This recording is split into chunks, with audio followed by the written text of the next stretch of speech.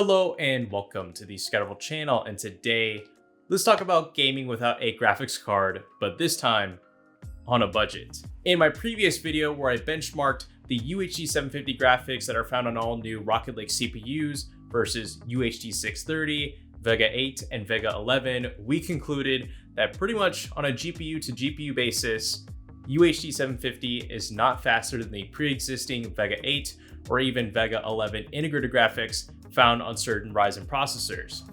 But I still thought there was maybe a shot at this being an okay all-in-one gaming CPU. Because from a few benchmarks that we saw with my i9 11900K, in games that were really easy to run, so non-GPU bound scenarios where the CPU could really assist in boosting up the frames per seconds, some of the tests actually showed the i9 11900K with those UHD 750 graphics pulling ahead of Vega 8 and Vega 11. And of course, you gotta be asking yourself, well, why would you use a $500 i9 processor to test UHD 750? And that's because I just wanted to use the top of the line chip and use it somehow in one of my videos. So this time we're revisiting that, but with a budget Rocket Lake processor with the same integrated graphics, and we're gonna be testing more esports or easy to run PC games, and maybe see if this is an okay solution to possibly weather out the storm of having almost no good budget dedicated graphics cards. Additionally, Intel also updated the drivers for the UHD 750 graphics, so we'll also see if that whole list of improvements and fixes will boost the performance of these UHD 750 graphics even further.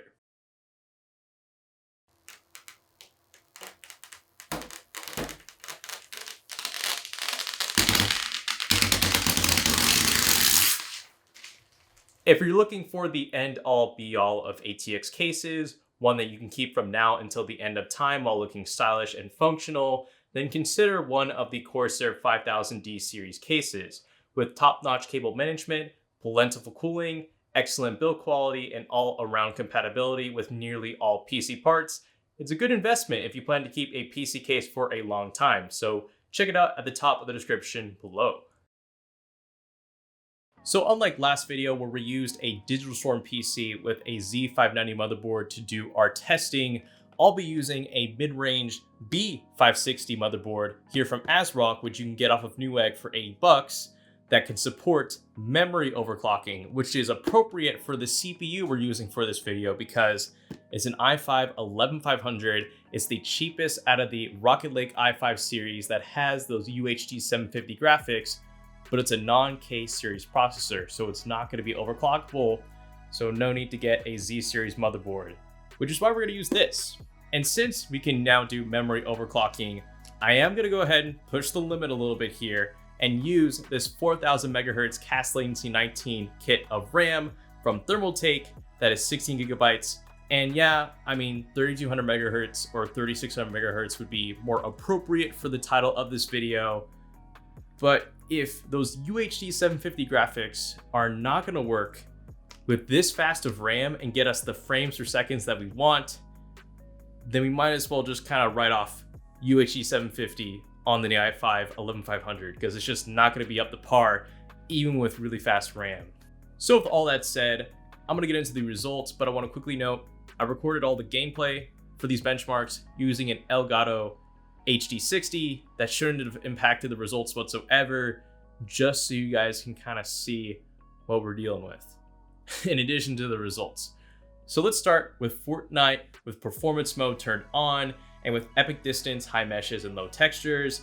We got an average of about 60 frames per second on the benchmark map that I was using, which, to be fair, is very much taxing because it has all these effects and all these things going on at once. So this is the lowest you'll probably expect Fortnite to be ran on the i5 11500. And again, it's a stock CPU. We can't overclock the iGPU or the actual CPU.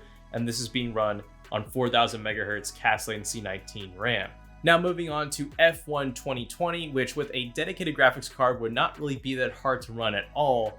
Using those integrated UHD 750 graphics at the lowest settings with no anti-aliasing at 1080p, we got 28 frames per second average and a 21.31% low. So it was smooth, but below 30 frames per second, which I'm not gonna take. However, if we move to Halo Master Chief Collection, having the performance graphics mode on, we got about 43 frames per second average with a 22.51% low. So not really that impressive. I was hoping it'd be better than this, like maybe closer to 50 frames per second, especially since we're dialing down the graphical settings a little bit versus what we did last video. But this is with the i5-11500, and again, everything is running stock. The only thing that's pretty potent is the RAM. But if we go to League of Legends with pretty much very high graphical settings and all those things turned on at 1080p, finally, we're getting 117.5 frames per second average and 85.5 for the 1% low. And this doesn't surprise me at all because League of Legends is ridiculously easy to run. So if it was a given, it was already gonna run well before these results even came in. But here you go. UHD 750 has no problem running this game. Moving on to Overwatch though, again, low settings, 1080p, we're getting just over 60 frames per second at 66.3 with a 49.81% low. It was smooth, it was all right, but it's running the game at low graphical settings at 1080p. And I mean, yes, you can get away with it, but it doesn't look as good if you say you just had a basic GTX 750 Ti or even GT 1030 graphics card paired up with this i5 processor.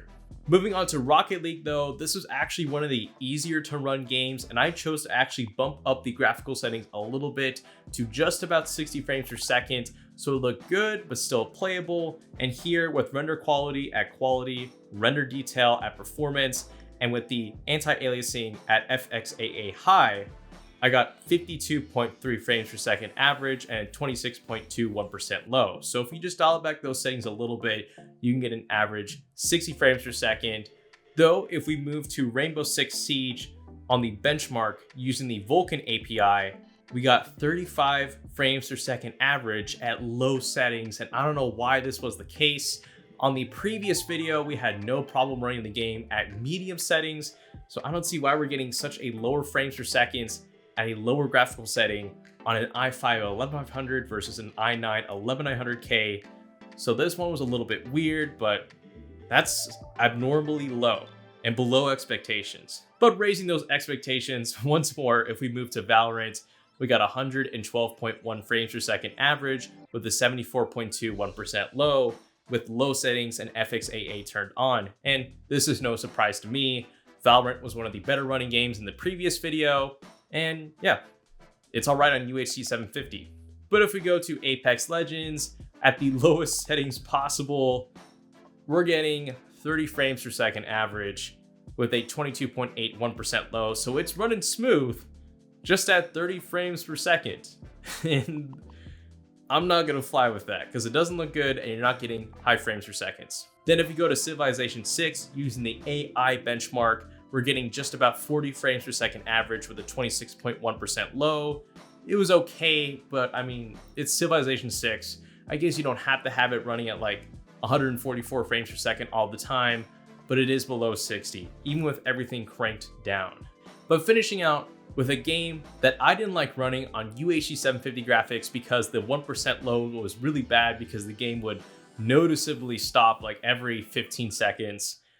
We got, at the lowest settings possible at 1080p, 96.5 frames per second average, but 14.5 frames per second for the 1% low.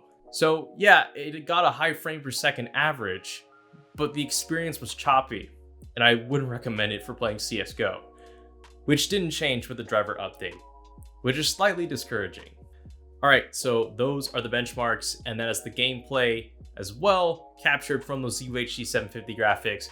And in conclusion, I would not recommend trying to get away with the cheapest i5 that offers those UHD 750 graphics to think it's an APU.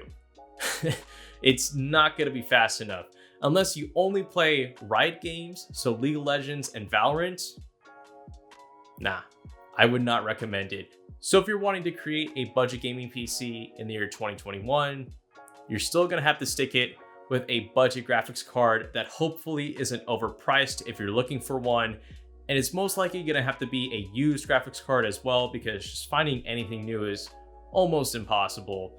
But if you were to get a used budget graphics card, make sure it isn't too marked up in price. Like, you don't want to be paying $200 for a GTX 1060 that has 3 gigs of VRAM. That is just a ripoff. I would not settle for that.